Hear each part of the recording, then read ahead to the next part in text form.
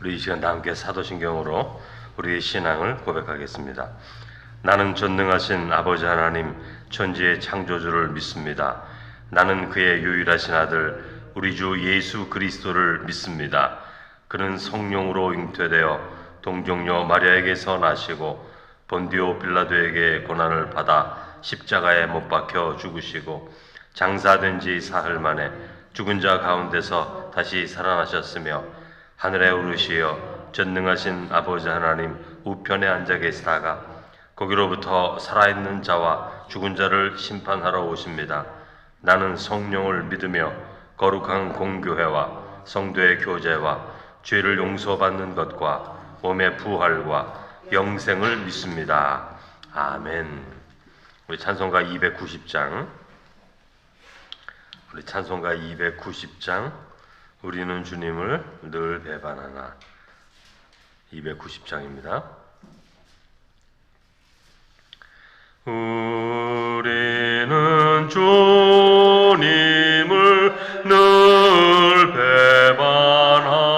배반하나 내 주 예수 여전히 날 부르사 그 참되신 사랑을 베푸시나니 내 형제여 주님을 곧 따르라. 주 널 위해 비네 주 널 위해 비네 주 널 위해 비네 항상 비시네 주께서 풍성하는 해를 내려 내 영혼이 나날이 복받으리. 주 예수를 너희도 구주로 섬겨 곧 따르면 풍성한 복 받겠네. 주 널 위해 비네 주 널 위해 비네 주 널 위해 비네 항상 비시네. 무거운 짐 지고 애타는 인생 주 예수께 돌아와 오시어라. 내 주 예수 너희를 돌보실 때에 잠복락과 안위가 넘치겠네. 주 널 위해 비네 주 널 위해 비네 주 널 위해 비네 항상 비시네. 아멘. 오늘 말씀은 신명기 34장 9절에서 12절 말씀입니다. 신명기 가장 마지막에 있는 말씀 오늘 나누고 마치려고 합니다. 34장 9절에서 12절 우리 한 절씩 교독하겠습니다.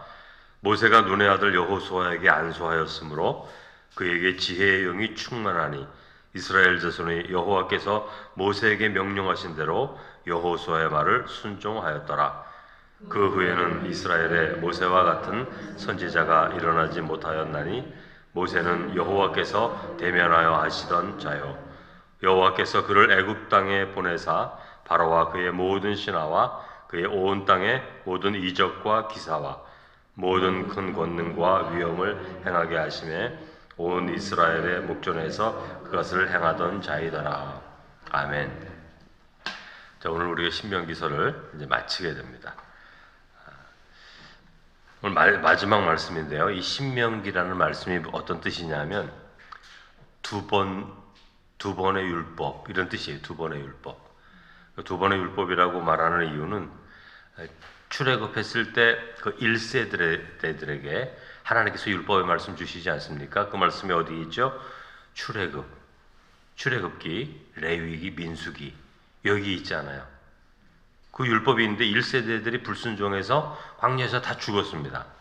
그래서 이제 2세대가 그러니까 정탐꾼이 나와서 막 말을 하잖아요. 하나님이 우리를 여기서 죽이실 것이다. 우리는 저 땅에 가지 못한다. 우리는 메뚜기와 같다. 그들은 아주 강하고 굉장히 용맹스러운 군인이다. 이렇게 말했을 때 이스라엘 백성들이 마음이 흔들렸잖아요. 그 사람들이 1세대예요. 20세 이상의 그 남자들로 구성된 가부장적인 세계니까 그렇게 말을 할 수가 있습니다. 그래서 그 사람들의 말을 하나님이 굉장히 싫어하셨죠. 하나님이 들어가라고 하시는데 하나님이 주신다고 하시는데 못 들어간다라고 하니까 우리는 거기서 죽을 거라고 하니까 하나님이 그 죄악을 바라보시고 광야로 돌이키게 해서 40년을 머물게 하지 않습니까? 그래서 1세대가 다 죽어요. 그래서 이제 2세대가 약속의 땅에 들어가게 되는데 그 2세대에게 율법의 말씀을 다시 전하는 거예요. 1세대가 다 죽었으니까. 그래서 출애굽기, 레위기, 민수기에 있는 말씀들을 요약해서 신명기에서 다시 반복하는 겁니다. 그 말씀이 그래서 두 번의 율법 말씀이라는 뜻이에요. 이게 영어로는 듀터노미 이렇게 되어 있기 때문에 두 번의 율법 말씀을 주셨다. 이제 그런 뜻이 되는 것입니다. 세 세대들에게 이제 말씀을 이제 주신 것인데 이 전체 주제가 뭐라고요? 하나님의 말씀을 듣고 행하라. 이게 주제예요. 듣고 행하라. 하나님의 말씀을. 여러분 듣기만 하면 부족합니다. 우리 이제 신앙인들 중에도 듣기는 좋아하는 분들이 많아요. 하나님 말씀 듣고 또 은혜도 받죠. 듣기만 합니다. 행하지는 않아요. 사랑하라 그러면 사랑하라 하나님 말씀하셨지 사랑은 좋은 거지 듣기만 하죠. 사랑을 하질 않습니다.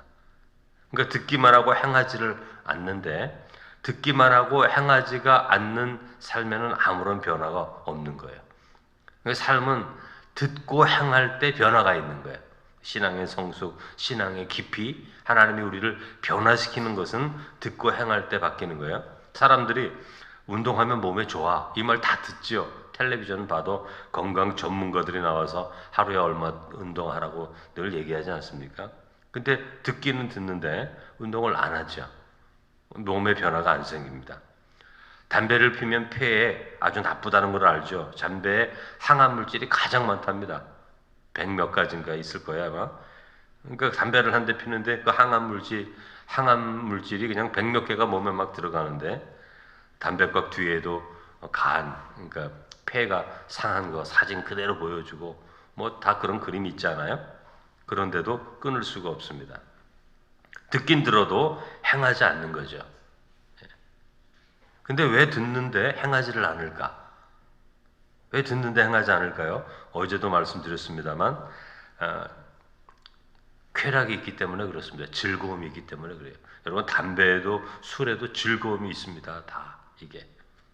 제가 이제 군대 가기 바로 전에 저보다 한 1년 정도 먼저 군대 간 친구가 그 친구도 교회 친구인데 그 친구가 이제 저에게 그래요. 야 영현은 담배도 못 피는데 군 생활 가서 피곤하겠다. 담배 피면 스트레스가 확 풀리는데 후 할 때 스트레스가 그냥 다 나간다는 거죠. 힘들고 긴장되는 그 군 생활에. 여러분 니코틴, 담배에 있는 그 니코틴이 마음을 좀 평안해 해주는 게 있어요. 여러분 우리가 대마라 그러는데 마리화나 미국에서는 합법화됐죠. 제가 사는 캘리포니아는 합법화돼서 아랫집에서 맨날 대마초를 피는데 그 냄새가 얼마나 진한지 몰라요. 여러분 못 맡아보셨죠? 냄새가 굉장히 진합니다. 아주 좀 역겨운데 그 냄새가 올라와요. 또 금요일만 되면 동네를 돌아다니면 대마초 냄새가 그냥 나요. 뭐 좋은 동네도 나쁜 동네도 관계 없습니다. 다 사람들 펴요. 왜요? 대마초는 마음을 평안하게 해주거든요. 좀 이렇게 좀 마비되게 해줘서 고통스럽고 때로는 그런 긴장된 마음들을 풀어주거든요. 그래서 사람들이 대마초를 피는 거예요. 여러분 그러더라고요. 제 친구가 나름대로 거기에 다 쾌락이 있는 거예요. 즐거움이 있는 거죠. 따라서 듣고 알아도 순종하기가 어려운 겁니다. 진리는 여러분 금방 효과가 나거나 금방 우리에게 기쁨을 주진 않아요. 시간이 지나야 되는 거죠. 듣고 지켜 행하는 삶이 반복되게 될 때 그것이 삶 전체에 미치는 힘은 대단한 거예요. 그러니까 진리는 삶 전체를 변화시켜 가는 거죠. 삶의 방향이라든지 때로는 그 사람의 성품이라든지 이걸 다 변화시켜 가요. 진리는. 그러니까 시간이 걸리죠. 그러나 순간순간 즐기는 것은 우리의 삶의 성품이라든지 우리의 삶의 소망이라든지 이런 걸 변화시켜 갈 수가 없어요. 그냥 육체적으로 즐거운 겁니다. 좀 편안해질 수 있는 거예요. 순간순간. 근데 그것도 잠시죠. 대마초 한번 피면은 그 순간만 즐겁죠. 그래서 어떤 우울증에 걸린 한인 가정에 그 남편이 있었는데 맨날 싸워요. 아내하고 우울증이 있어서. 그래서 대마초를 피기 시작해요. 그러니까 아내가 그걸 그냥 인정을 해요. 왜냐하면 대마초를 피면 며칠 괜찮대요. 시간이 좀 지나간다는 거죠. 여러분 우리가 진리의 말씀을 지켜 행하면 하나님은 우리의 전체의 삶을 바꾸어 갔습니다. 그렇기 때문에 견디고 인내할 때 하나님의 말씀을 지켜 행할 때 우리의 삶 전체가 바뀌는 거예요. 우리의 삶 전체가 바뀌면 어떻게 돼요? 우리의 삶 운명이 바뀌는 거예요. 하나님의 손에 쥐어진 사람이 되기 때문에 그런 것입니다. 그러므로 아무리 목동 다윗과 같은 사람이 저 산골에서 저 광야 구석에서 양을 치고 있는데 아무도 알지 못하죠. 그거를. 그러나 하나님의 말씀을 지켜 순종하는 자로 자라고 있지 않습니까? 보이지 않는 곳에서 양을 치고 있지만 마음이 준비되어 있기 때문에 말씀을 지켜 행하는 자로 서 있기 때문에 하나님께서는 때가 되어서 역사의 주인공으로 이스라엘에 불러내는 거예요. 산속에 아무리 산속에 들어가서 양치고 있을지라도 하나님이 불러내십니다. 준비되어 있잖아요. 말씀을 지켜 행하는 자로. 여러분 하나님이 원하시는 것은 하나님의 말씀을 듣고 지켜 행하는 겁니다. 듣는 것만 가지고는 안 돼요. 50점밖에 안 돼요. 50점.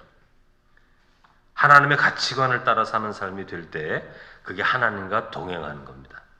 듣고 행하지 않으면 동행하는 게 아니에요. 듣는 것만 가지고는 하나님과 동행하는 게 아닙니다. 그러니까 에녹이 하나님과 동행했다 이렇게 말하잖아요. 성경이. 그 말씀을 듣고 지켜 행하는 자입니다. 그러니까 성경에 나오는 위대한 인물들 그 사람들은 어떤 사람들이에요? 듣고 지켜 행하는 자들이에요. 때로는 실수할 때도 있는데 그래도 듣고 지켜 행하는 자예요. 언제든지 듣고 지켜 행하는 자리로 나아가려고 하는 것을 우리가 알 수 있습니다. 여러분 듣고 지켜 행하는 것이 쉽지 않아요. 우리 스스로 경험을 통해서 알 수 있습니다. 때로는 인내해야 되잖아요. 참아야 되잖아요. 어떤 모욕을 감수해야 되잖아요. 견뎌야 되잖아요. 이게 얼마나 어렵습니까? 가장 쉬운 것은 성질대로 사는 거 아니에요? 누가 뭐라 그러면 내 마음에 화가 나면 확 소리 지르고 욕하고 그게 쉬운 거잖아요. 내 마음이 편할 수도 있죠. 잠시 동안은. 그러나 하나님의 의는 이루어지지 않는 것이죠. 여러분 주님께서 말씀하십니다. 나를 따르려거든 십자가를 지고 나를 따르라. 여러분 십자가를 지고 따르는 게 쉬운 길이겠어요? 쉽지 않죠. 견뎌야 되고 인내해야 된다는 것을 말하는 겁니다. 그런데 그것이 생명의 멸관을 주는 길이에요. 그게 생명으로 길로 가는 거거든요. 그러니까 주님께서 그렇게 말씀하십니다. 교만한 마음으로는 절대 지켜 행할 수가 없어요. 흉내는 낼 수 있습니다. 지켜 행하는 척을 할 수가 있어요. 사람들을 속일 수가 있어요. 그런데 지켜 행하지 않으면 삶이 변화가 되지 않아요. 그 사람의 성품도 변화되지 않고 그 사람의 삶의 기준과 삶의 태도가 변화되지 않습니다. 근데 하나님은 우리를 변화시키기를 원하시는 거죠. 여러분 변화되지 않으면 이 상황 저 상황에 그냥 끌려다닙니다. 상황이 이렇게 변하면 저쪽으로 가고 저렇게 변하면 저쪽으로 가고 이게 마음이 흔들리는 삶을 살게 되는 거예요. 근데 여러분, 오늘부터라도 우리가 늘 기억해야 됩니다. 매일매일 아침에 깰 때마다 하나님의 말씀을 듣고 지켜 행하는 자가 되어야겠다. 어제까지 실패할 수도 있죠. 듣고 지켜 행하는 삶을 살려고 애를 쓰다가 실패할 때가 많거든요, 여러분. 왜? 쉬운 일이 아니니까. 그러나 오늘 하루도 내가 듣고 지켜 행하는 자가 되겠다. 또 시도하고, 또 실패하면 그 자리에서 다시 시작하고, 이렇게 반복해서 하나님의 선한 뜻을 따라 살기 위해서 애를 쓰는 마음을 가질 때 성령께서 우리 가운데 임재하셔서 듣고 지켜 행하는 자로 우리를 이끌어 가시는 거예요. 포기하지 않고 끝까지 걸어가면 되는 것이죠. 오늘 본문의 말씀을 이렇게 보면 모세가 여호수아에게 지도자의 자리를 위임해 주는 말씀이 나오죠. 모세가 여호수아에게 안수합니다. 안수는 손을 머리에 얹는 거죠. 그게 안수예요. 안수를 하니까 지혜의 영이 충만해졌다, 이렇게 말씀을 하고 있죠. 그러니까 안수라는 것은 손을 얹어서 축복하는 것인데, 안수 자체의 능력이 있는 게 아니라, 손을 얹었다는 그 자체가 능력이 있는 것이 아니라 위임하는, 하나님의 약속에 따라 여호수아에게 위임하라 그러셨으니까 여호수아에게 위임하는, 하나님의 말씀을 순종하는 표로 안수를 하는 거죠. 이건 하나의 형식이에요. 그런데 그 형식 가운데 하나님의 은혜가 통하게 되는 것입니다. 여러분, 항존직 임직을 받은 분이 여기 많으신데, 임직을 할 때 순서와 예식이 있잖아요. 그게 아무것도 아닌 게 아니에요. 하나님의 은혜가 임하는 통로가 되는 거예요. 안수하는 것처럼. 결혼식도 마찬가지입니다. 뭐 한 30분 서 있다가 사진 찍고 1시간밖에 안 걸리는데, 아무것도 아닌 것이 아니라 그 식을 통해서, 하나의 의식이고 형식인데 그 의식과 형식을 통해서 결혼이라는 것을 하나님 앞에 서약하는 거 아닙니까? 그러니까 그 가운데 하나님의 은혜의 통로가 되는 거예요. 우리가 성찬식을 할 때 뭐 그냥 포도즙이고 작은 빵 하나 먹는데 그게 뭐 대단합니까? 그러나 그 의식을 통해서 하나님의 구원의 은혜가 우리에게 오게 되는 통로가 되는 것이죠. 그래서 이런 형식과 의식이 아무것도 아닌 것은 아니죠. 안수를 통해서 여호수아에게 지혜의 영이 충만하게 되고, 지혜의 영이 충만해지니까 여호수아의 말을 이스라엘 백성들이 순종하게 되는 거예요. 하나님이 여호수아를 통해서 우리에게 말씀하신다, 이런 권위와 또 두려움을 갖게 되는 거죠. 그러니까 지도력을 갖게 되는 것이죠. 근데 10절에 보면 모세에 대한 평가가 나옵니다. 그 후에는 이스라엘의 모세와 같은 선지자가 일어나지 못하였나니, 모세는 여호와께서 대면하여 하시던 자요. 11절, 여호와께서 그를 애굽 땅에 보내어 바로와 그의 모든 신하와 그의 온 땅에 모든 이적과 기사와, 12절, 모든 큰 권능과 위엄을 행하게 하시매 이스라엘의 목전에서 그것을 행한 자이더라, 이렇게 말을 하고 있습니다. 그러니까 모세와 같은 선지자가 일어나지 못했다. 여러분, 이 말을 언제 했을까요? 신명기가 쓰여진 그 순간에 했을까요? 아닙니다. 신명기는 모세가 썼다고 우리가 얘기하지 않습니까? 근데 대부분 구약이 어디에서 말씀이 정리가 되냐 하면 바벨론 포로 갔을 때 정리가 돼요. 바벨론 포로. 그러니까 오랜 후에예요. 그러니까 신명기서가 이러한 말씀으로 완전하게 만들어진 것은 언제? 바벨론 포로 때. 그러면 이 마지막 말씀, 모세와 같은 선지자가 없었다라고 한 것은 그때까지를 말하는 거예요. 그때까지 수많은 선지자들이 나타났지만 모세와 같은 자는 없었다, 그렇게 말을 하죠. 근데 모세가 신명기에서 뭐라 그래요? 나와 같은 선지자를 너희 가운데 일으키실 것이다. 모세가 그렇게 말하지 않습니까? 그게 누구죠? 예수 그리스도를 말하는 거예요. 그러니까 모세보다 큰 사역자는 예수님 외에는 없습니다. 여러분, 이 성경에서는. 근데 그렇게 모세와 같은 선지자가 없었다라고 하는 그 이유는 뭐냐면, 하나님이 대면하여 아시던 자요, 이렇게 말해요. 대면하여 아시던 자요. 이 말씀이 아주 놀라운 말씀이죠. 하나님과 모세는 친밀함이 있는 성도였어요. 여러분, 대면하면 다 죽어요. 하나님을 대면하면.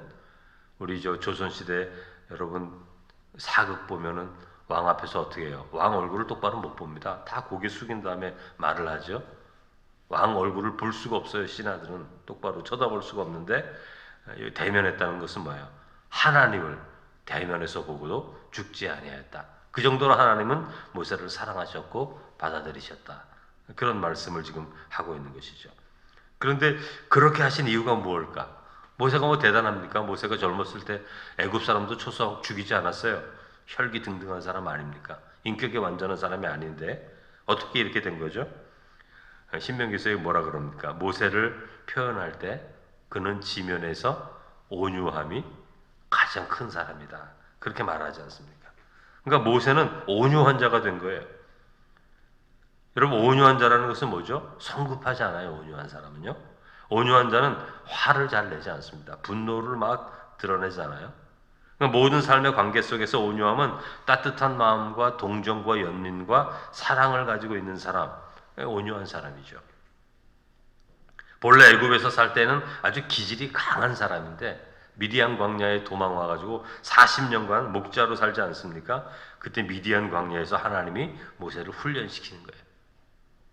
너가 너 스스로 그렇게 분노함을 가지고 하나님의 뜻을 이루겠다고 사람도 죽이고 그렇게 했던 그 마음, 그건 열정이 아니거든요. 그걸 훈련시키는 게 40년 동안. 그래서 온유한 자로 하나님이 만들어 갔습니다. 여러분, 하나님을 따르는 자는 온유한 마음을 가지고 있어야 돼요. 온유한 마음이 있어야 하나님의 뜻을 드러냅니다. 온유한 마음이 없으면 다 자기 자랑하는 거예요. 내가 이렇게 했고 내가 저렇게 했고 이렇게 말하는 거예요. 하나님께 영광 돌려야 할 자리를 다 자기가 차지하게 되는 것입니다. 온유한 자는 모든 상황 속에서 긍정적이고 사랑스러운 마음을 선택합니다. 자기 주장하잖아요. 여러분, 모세 단 한 번 실수했잖아요. 단 한 번. 여러분, 그 반석을 칠 때 화낸 거. 하나님이 약속의 땅 못 들어가게 하지 않습니까? 온유한 자는 여러분, 우리 갈라디아서 5장에 보면 성령의 9가지 열매 중에 하나인 거예요. 온유는 성령의 인도함을 받는 사람의 특징이 되는 것이죠. 그러니까 온유한 마음은 하나님의 명령에 순종하는 마음을 갖게 만드는 거예요. 순종. 사랑하라 그러니까 사랑하는 거예요. 그러니까 온유한 사람을 어떤 사람들은 저 사람이 약한 사람이에요. 온유한 사람은 자기가 힘이 없으니까 온유하지 이렇게 말하는 사람도 있어요. 근데 온유한 사람은 강한 사람입니다. 예수님도 온유하신 분이셨죠. 성숙한 그리스도인들은 온유합니다. 온유한 마음이 있을 때 하나님의 말씀을 듣고 지킬 수가 있는 거예요. 모세의 마음이 온유하긴 자였기 때문에 자기를 주장하지 않습니다. 그 큰 이스라엘 백성들을 인도해 가면서도 40년간 인도해 갔으면 무슨 말을 해도 이스라엘 백성들이 다 듣게 돼 있어요. 여러분, 자기를 주장하지 않고 오직 하나님의 순종하는 본을 보이는 성도가 되었던 것을 우리가 알게 되는 것이죠. 그러니까 이 온유한 자였기 때문에 하나님이 너 바로 앞에 가서 말씀을 전하라. 바로가 어떤 사람이에요? 세계 최고의 강대국 왕 아닙니까? 목자가 왕 앞에 가서 담대히 하나님의 말씀을 전하는 것은 그 바로라는 위치를 두려워하지 않는 거죠. 온유한 마음을 가지고 하나님을 의지하기 때문에 두려워하지 않는 거죠. 담대히 말씀을 전하고 하나님의 말씀을 바로 앞에서 전하고 흔들림이 없는 것이죠. 여러분, 온유한 자는 모든 두려움을 이기는 자인 것입니다. 그래서 신명기서는 모세가 안수하여서 여호수아를 이스라엘의 대표로 지도자로 세우는 것으로 이제 마치는 거죠. 여러분, 모세도 죽는 겁니다. 모세도 영원히 살지 않아요. 모든 그 사람들은 다 죽어요. 오직 남아 계신 분은 누굽니까? 하나님만이 남아 계시죠. 그러므로 하나님을 의지해야 되는 거예요. 영원하신 하나님을 의지해야지 잠시 살아가는 사람을 의지해서는 안 되는 거죠. 영원하신 하나님을 믿고 의지할 때에 모세는 기쁨으로 죽을 수 있어요. 하나님이 이스라엘과 함께 하시니까. 영원토록 이스라엘과 함께 하시리라는 믿음을 가지고 죽음을 죽을 수 있는 것이죠. 우리도 영원하신 하나님을 믿고 의지하여서 흔들림 없는 삶을 사는 성도가 되시기를 주님의 이름으로 축원합니다. 거룩하신 하나님 아버지, 신명기서를 마칩니다. 하나님이 주신 말씀을 지켜 행하라. 아주 간단한 말씀, 그 말씀을 듣고 또 그것을 지켜 행하라. 이렇게 말씀해 주십니다. 지켜 행할 때 우리의 삶이 달라지고 우리의 생각이 달라지고 가치관이 달라지고 꿈과 소망이, 목표가, 삶의 방향이 달라지는 것을 믿습니다. 사랑의 하나님, 세상의 수많은 말을 듣고 사람들의 수많은 말을 듣지만 정작 하나님의 말씀을 듣고 지켜 행하는 자가 되지 못하면 아버지 하나님, 얼마나 불쌍한 자가 됩니까?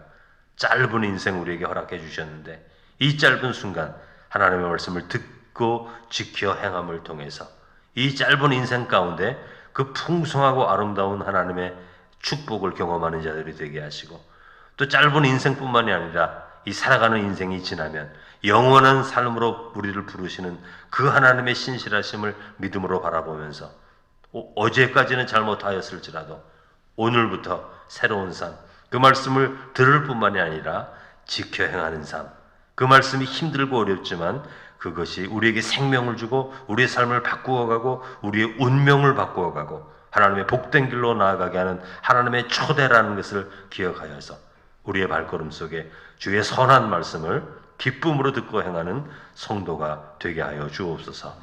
예수님의 이름으로 기도드립니다. 아멘.